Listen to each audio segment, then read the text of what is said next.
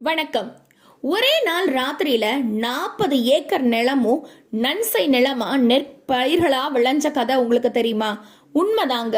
எம்பெருமான் சிவபெருமானின் மீது அலாதி பிரியமும் அலாதி பக்தியும் கொண்டு இருந்தாரா ஒரு கீழ் ஜாதியை சேர்ந்தவர்.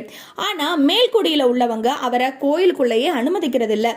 ஒரு நாள் கூட அவர் உள்ள நுழைஞ்சாலோ இல்ல அவரை பார்த்தாலோ தீட்டுன்னு ஒதுக்கி வச்சாங்க. கீழ்குடியை சேர்ந்த கந்தன் அப்படிங்கிறவன் மேல்குடி சேர்ந்தவர்கிட்ட, ஐயா நாங்கெல்லாம் பார்க்க தகுதி இல்லையான்னு கேட்கும் பொழுது, 4 சாம பூஜை செய்யறவங்க நாங்க, எங்களுக்கே இன்னும் இறைவன் காட்சி கொடுக்கல, உனக்கு என்ன வந்ததுன்னு விரட்டி விட்டாராம்.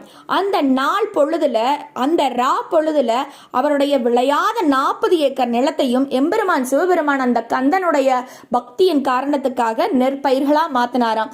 ஓடோடி வந்து காலில் விழுந்து, கந்தா நீதான் உண்மையான பக்தன் அப்படின்னு சொல்லி வாரி எடுத்தாராம் அந்த மேல்குடி.